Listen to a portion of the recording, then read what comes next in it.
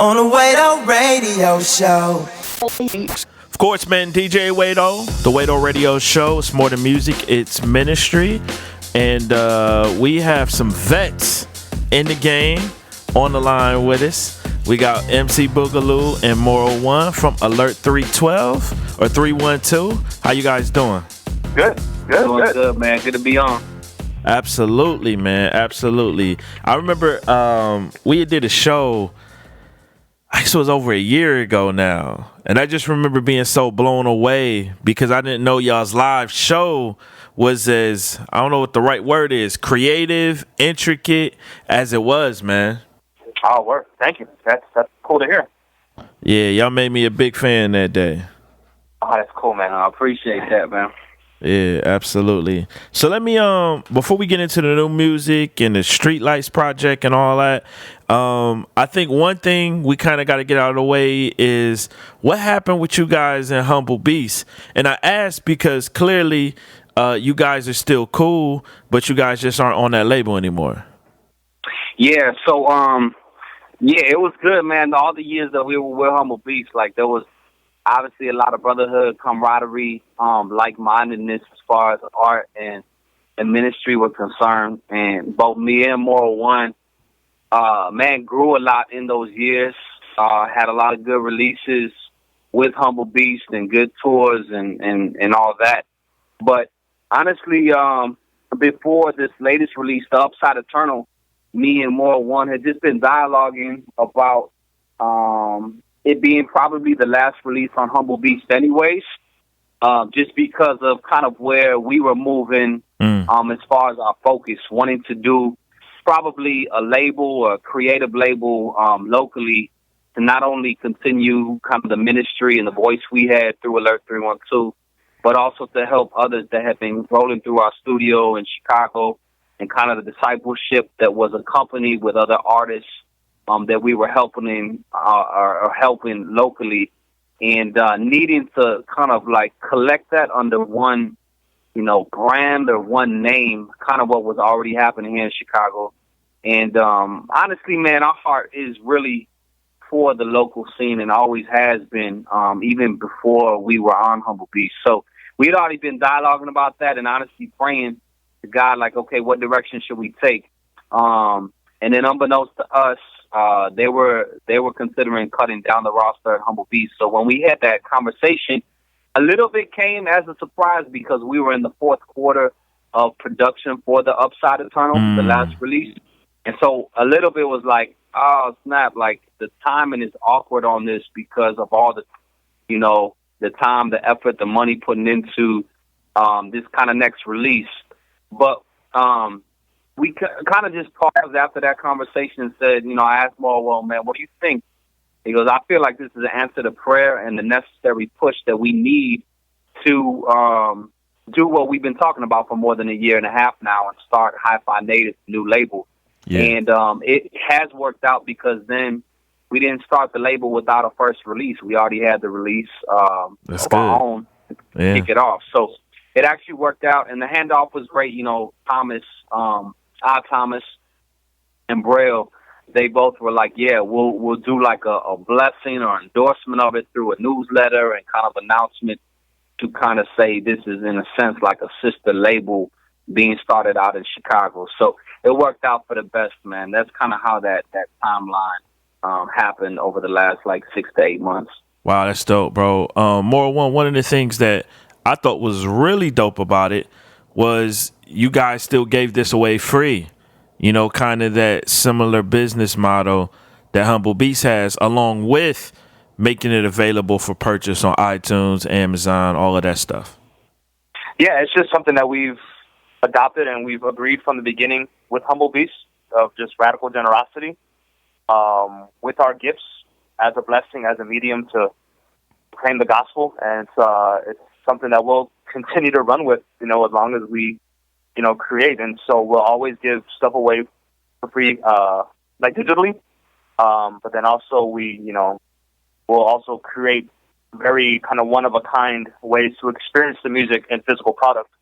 So that's something that you'll see coming up for like the Upside Eternal and everything else that we'll continue to do. You know, it'll be available for free digitally, but you can experience it in like a one-of-a-kind way if you purchase the records physically. So yeah, that's good. That's good. I remember, man, TSO Chicago artist was telling me that you guys had this whole situation bubbling out there in terms of just what you described earlier with the discipleship and everything. This is a bit before you launched the label. So when I saw that, I was just like, man, like that's dope that they're kind of putting head to plow, man. How did that whole local situation for y'all develop with the studio and artists and discipleship and now creating this label? Man, it's kind of the collection of maybe 2 or 3 other seasons previous to the one that we're kind of in now. And what I mean by seasons is like other groups or different artistic seasons for us. I mean, we used to have a 10-piece like live hip-hop group that was around for 5 years, and so we created relationships through that, and kind of the Lord developed our philosophy of, you know, hip-hop and music and ministry during those years, as well as relationships. And then after that, obviously launching into the StreetLights project is kind of what prompted like the next season, which birthed Alert, and then you had the whole Humble Beast years. And so through those seasons, we kind of determined like, yo, we love communicating through the arts, and that would be more the evangelism piece, but we also love discipleship along the way, peer-to-peer discipleship, sharpening one another, and also taking in younger cats that, yes, they are talented, but we're going to value them as people, as brothers in Christ or sisters in Christ before being artists, and try to cultivate in them what we've learned about servant artistry. And kind of the place that has naturally come together happening is at the studio, you know, because just it being like that center place for people to come. And then also because we're involved, we do StreetLights under Grip Outreach for Youth that like throws Legacy Conference and all that. Yeah. That's the whole ethos. It's the whole culture of everything we do is, yeah, we got an end goal that we want to do in mind, and that could be an album or it could be a StreetLights Bible book that we're recording. But along the way, we want to see both ourselves and others developed in Christ. And so that's more of a culture thing attached to a production timeline. That's good, bro. The name HiFi Native for this label, this movement, you know, this local situation you guys got going. What does that mean, Boogaloo? Okay, yeah. So HiFi is pulling from the word high fidelity, meaning just high fidelity art. Obviously, for those that know of LPs and vinyls, it's kind of a nod to the school that we're from, of just, you know, loving everything music-wise from kind of like the 70s to the 90s, record-based, sample-based hip-hop golden era, but also just entities that we respect from older eras, just like from Motown to Blue Note to Fania Records. And so there's this whole idea of it kind of brings in a little bit of the art side of it, that we're going to do high quality, kind of with a vintage modern touch to it. And so that's where high fidelity comes from. And then native is really being native, so be local. Like we're natives of Chicago, this is where we're focusing, but we're also natives of a new kingdom. So the idea is like high fidelity art being created by natives of a new kingdom, natively, locally, you know. That's good. So you guys are really like, y'all really like, every artist we're going to sign that's going to be a part of this is going to be homegrown from Chicago. We're open to we'll be collaborating with other people, but majority of the work that we would do will be local. And majority of the musicians, the players will be local in Chicago, although we got so many great relationships with musicians, visual artists around the country, so we will reach out and do collaborations. But a big aspect of the label is doing live events and consistently being in the art scene locally here in Chicago. So I think a different philosophical thing maybe from other labels is this, and it may not make sense to a lot of people, but it kind of shows our heart, is that when we do campaigns, we're open to do like fly out dates or stuff abroad. But really, we want to be as consistent locally, doing events, playing and contributing to the local art scene, or community scene, more so than doing tours abroad. Wow. So what other labels might say, let's bring out an artist and get as big as possible and tour as much as possible. Our philosophy, for better or worse, is no, let's get as deep as possible locally, kind of like we were in seasons past with other groups. Man, that's dope, bro. It's rare that you hear people say that because, just like you said, it's typically the opposite. Everybody wants to be national. Nobody says, man, I'm cool with being local. In fact, I want to get deep local. Right. Yeah. Right. Yeah, we had finished our last national tour a year ago, and no, I'm sorry, it was right before our last national tour a year ago, and me and Mo One were talking and kind of pulling from a past season where we played local venues like constantly, and thinking about the people that got impacted through that season of about 5 years. And one of the key principles that came out from that conversation is that if music is a way to proclaim Christ, and that happens, that deepens through relationship, how can you have a lack of consistency then in your endeavor? And meaning that during those years, yeah, we did stuff abroad, but mainly where we focused was local, different venues, but all within the Chicago-like land area. And through that, a lot of relationships were established, and from some of those, we saw people come to Christ and still know and see them walking with Christ. And so that kind of fleshed out like, the whole idea of having a principle of going deeper instead of spreading ourselves out so thin abroad to kind of build a national platform. Obviously online, that's worldwide. You know, what you put out could be taken up by anybody. But as far as focusing on our efforts like live and playing and recording and sharing, it's definitely a local thing. Wow. So are these events that you guys are throwing locally, or like you guys being a part of like open mic nights, or a combination of all those different things? It'll be both and. So it'll be being a part of bills that are already happening, like open mics and open sessions and jams that are happening. And it'll be us curating and throwing very intentional events as well. So it's definitely both and. Man, that's dope. Let me ask y'all this. I'm thinking this through, right? This has always been like a topic of discussion, is like working with quote unquote non-Christian artists or secular artists on albums and things like that. And I'm hearing you guys saying, yo, I want to impact this local art scene.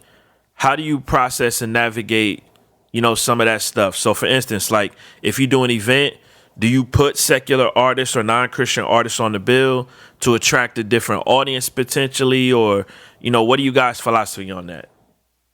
Yeah, that's a great question. I would say that our philosophy, started like when we were both saved as teenagers right away. Like, we got saved and hip hop was all around us and we were participating in the culture already.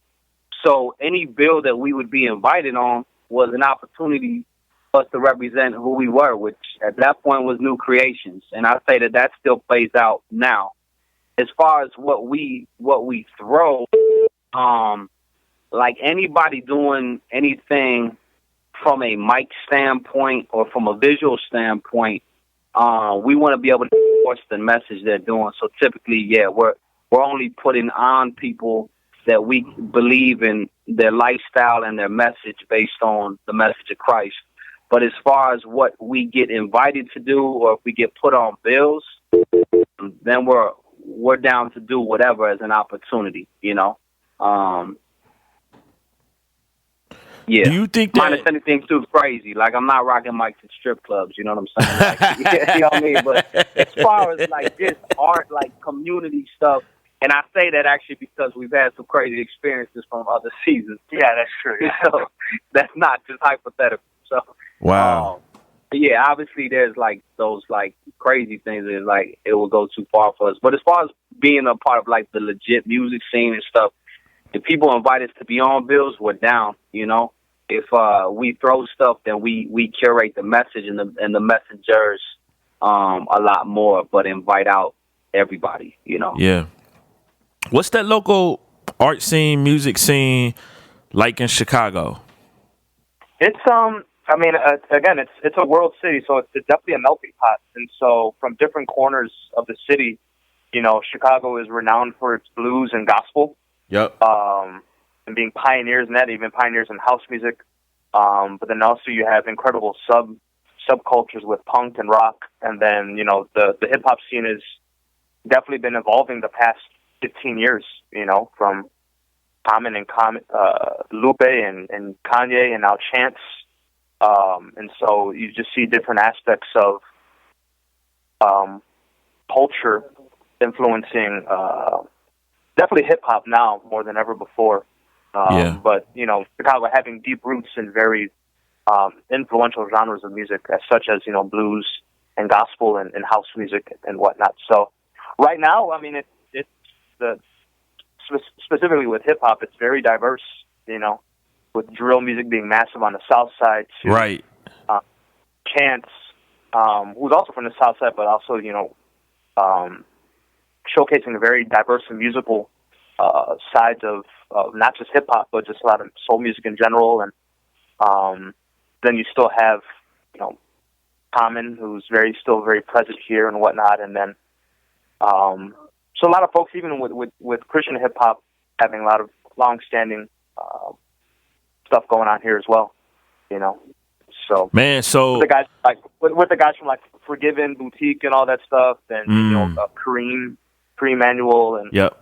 and a lot of those guys having deep roots here, and Script, who's been doing stuff here as well. So, yeah. So I'm trying to figure out when we're gonna get that Alert312 drill record though. Yeah. I don't know. I'm not sure. I'm not sure if that'll ever. I feel like y'all could pull it off though if y'all really wanted to. You know, I don't know. I don't have an answer. don't kind of stuff. We like to pull from a lot of different influences, so we'll see. Yeah. Oh man. So in all seriousness though, this new record, Upside Eternal, man. Just talk about this concept and you know just what kind of sparked it. Dope, yeah, man. I mean, what sparked it is kind of like the whole philosophy and culture, you know, in what we're saying, what sparked HiFi Native. I mean, they're kind of one and the same, birthed from the same season. The idea of you know, killing the art, doing it unto the Creator, unto God, with the most high quality that we can. So the high fidelity aspect, but the message aspect really came from being present locally, being a servant artist, but also with the hope of eternity coming. So, I mean, the whole concept of the record, you know, the first half is really concentrating on all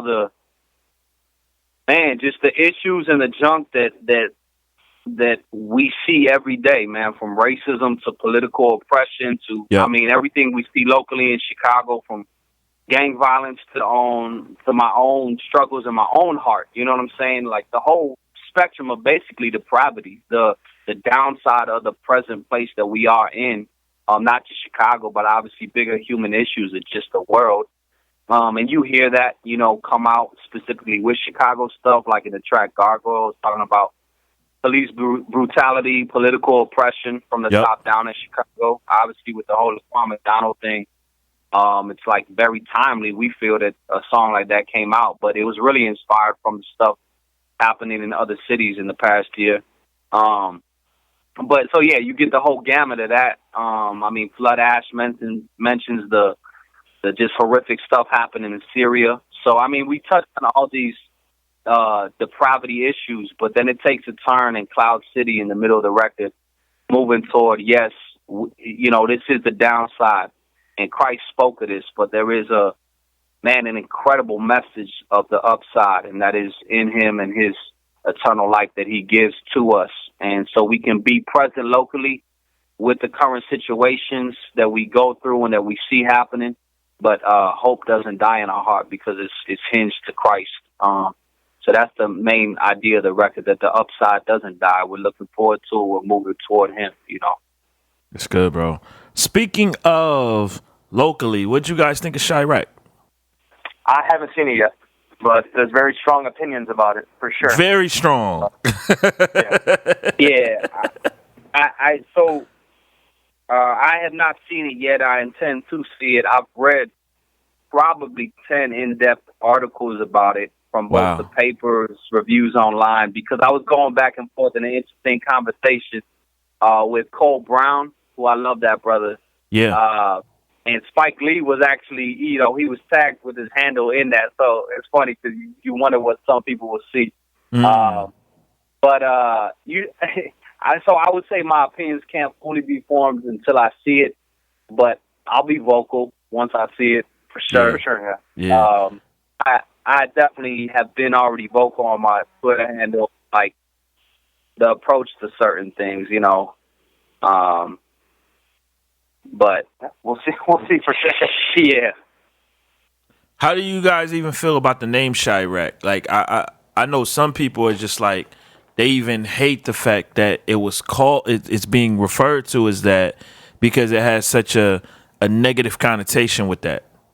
I don't think, I'm not a fan of Hollywood.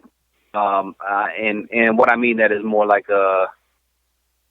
those that come in to take in a term that people are affected by every day and has caused so much pain locally. I don't necessarily think it's the best thing for a pop culture, be it Hollywood or anywhere else, and definitely Spike Lee is that big of a name, right? To come in and just kind of plaster that on a movie that's going to continue to rob a great city of many good things that are happening here and just kind of point it as always a war zone. Yeah, we get that there is definitely a war zone aspect to Chicago in many areas, but and it's been going on for decades in Chicago, man. Like, this is nothing new, but yeah, that doesn't typically rub me well when outside entities come in and kind of do an expose that of something that I know that's gonna make them profit too. It's like, I don't know, that doesn't rub me well. So I feel like it does glorify. It ends up glorifying, I think, especially for youth. It's one as a badge of honor now with young people. I'm from Shywreck. I just saw with the whole like Okafor punching that dude out in Boston. I was reading like people from Chicago tagging on it, and they're like, "Yeah, that's Shywreck though. That's Shywreck though. He's from it." It's just like it's a badge of honor. It's like glorifying culture, and it's just like that doesn't do anything, good. So that's how I feel about it. Man, that's crazy, bro. I didn't even know about the Okafor thing. Like, that would just be like going through forums after seeing that. And it's like anybody from Chicago that gets involved with anything negative, it's like, oh yeah, because that's what we do because we're from there. And it's like trying to break that violence and gang culture and stigma is not helped when popular media embraces it for profit. But that's a whole nother interview, man. Yeah, clearly, bro. Clearly, man. What is some of the impact you guys have seen from the StreetLights Bible that you all have been super heavily involved in? Well, I think there's many, but I think the one we see most commonly is that there's finally that StreetLights has been a way to provide a tool and a medium for many people to interact with the scriptures in a very convenient way to them, especially those who struggle with reading, struggle with comprehension, that StreetLights has provided a way for them to interact with the scriptures in a way that's relevant and easy and comfortable for them. So the audio Bible has opened up many doors with that, and then even with the multimedia curriculum, a lot of urban leaders of saying, "Oh, now we have a curriculum that we don't have to rewrite, because it speaks our language. It speaks the language of our students. So therefore, it's provided open doors for their students to interact with the scriptures in like a relevant way." So it's been super encouraging to see God use this really simple tool to impact many. It was really cool. Man, it's good.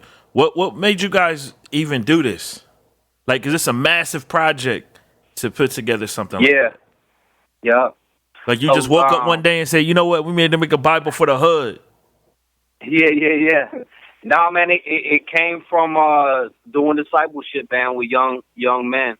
About 10 years ago, I was pouring into a group of men with a couple other leaders in Chicago, and it was basically picture a humble basement, man. We were reading through Acts, man, and trying to teach the scriptures to these young men, and about 6 to 8 of them, man, couldn't read well. These are 17, 18-year-olds in high school, and so it just struck me that obviously at that time they all had CD players. Obviously all could rattle off like, man, thousands of words and rap lyrics. So it's like God has given them a mind to comprehend, but with the literacy and lack of education and all the other social ills that they were going through, it's like, man, we need to try to give them a Bible that they can consume and where they communicate. And for them, audio was huge. Audio learning was huge just because they were already listening to hip-hop all the time. So I went home and recorded Acts 2 and 3. You'll appreciate this, man, over Pete Rock instrumentals.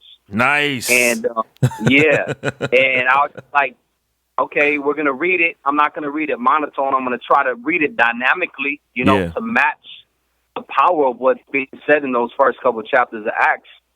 And I came back the next Wednesday, and I said, all right, fellas, we're going to still break out the Bibles, but I got something different today. And I pressed play on the CD player, and the audio played with them. Some of them looked up, and just listened. Other ones read along with it. And what we saw by the end of that passage is that it was like night and day with comprehension. Every single one of those young men was engaged in a conversation and could understand because there was a multimedia communication of the scriptures. And that was the day that the idea of StreetLights was birthed, to do an audio Bible. And then throughout the years, from other ministries saying, man, we need the audio Bible, but also the multimedia curriculum. That's kind of how it's developed. And then 6 years ago was when Grip Outreach for Youth brought us basically on to do it full time because it was such an ambitious project and they needed it for the youth that they were working with, particularly in Cabrini Green and the west side of Chicago. So, man, that's amazing, bro. Well, man, I want to say this publicly. Whenever y'all do the next volume, I want to get down with it if y'all would have me. Okay. Oh, for sure. Yeah. You know what I'm saying? So that would be an honor, bro. Yeah, man, I would love to, bro. Like I love the Word of God. I've been doing this Bible study on Periscope every morning at 9. And when I was preparing for this, I was thinking about this. I said, man, like, I just see if these brothers will let me get down with this because it's needed, man. Yeah, I mean that'll be incredible and very very easy to do. So expect an email from us soon. Yeah, man, we could Perfect. we could set up shop over there in New York or bring you out to Chicago. We did actually the next books that come out, we had Rich Perez record over at Rock's place over there. Oh, at John Rockin', okay. Yeah, so we let's set it up, bro. We definitely want you on the project. Man, I'm with it, bro. What's the next ones to come out? Probably within the new year, we will have the book of 1st and 2nd Peter. Wow. Which, read by Rich Perez and produced by Omega Watts. Nice. Well, can I put in dibs for 1st and 2nd Timothy? Oh man, we just recorded 1st and 2nd Timothy about a month ago. Oh. So, yeah, you have to fight. You're gonna have to fight Braille over that. Bro. I have to fight Braille. Nah, I'm not fighting Braille, man. I'm not fighting Braille. Like fist and cuffs. I'll tell you what I do. Me and him can have a DJ battle. there you go. I think you won that, though. That's what's up, man. That's what's up. So, I know you guys got a couple of different websites. Where do you want to direct people to in terms of just getting more information? I know, obviously the label has a site. You got the StreetLights Bible website, man. Where you want to direct people? Yeah, so StreetLights, everyone can go to StreetLightsBible.com and download all of our audio Bible books for free at StreetLightsBible.com. And then for all of Alert312 stuff, you can go to HiFi Native.com. And then you can probably find Alert312 on all your popular social media sites if you search Alert312. Nice. And it's there. Yeah, man.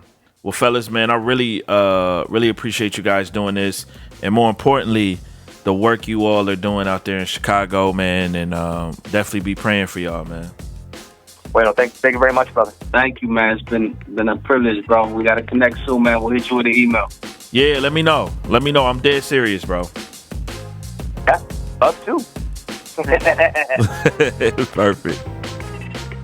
On the Way Radio Show. On the Way Radio. On the Way Radio Show. Where it's much more than music, it's ministry.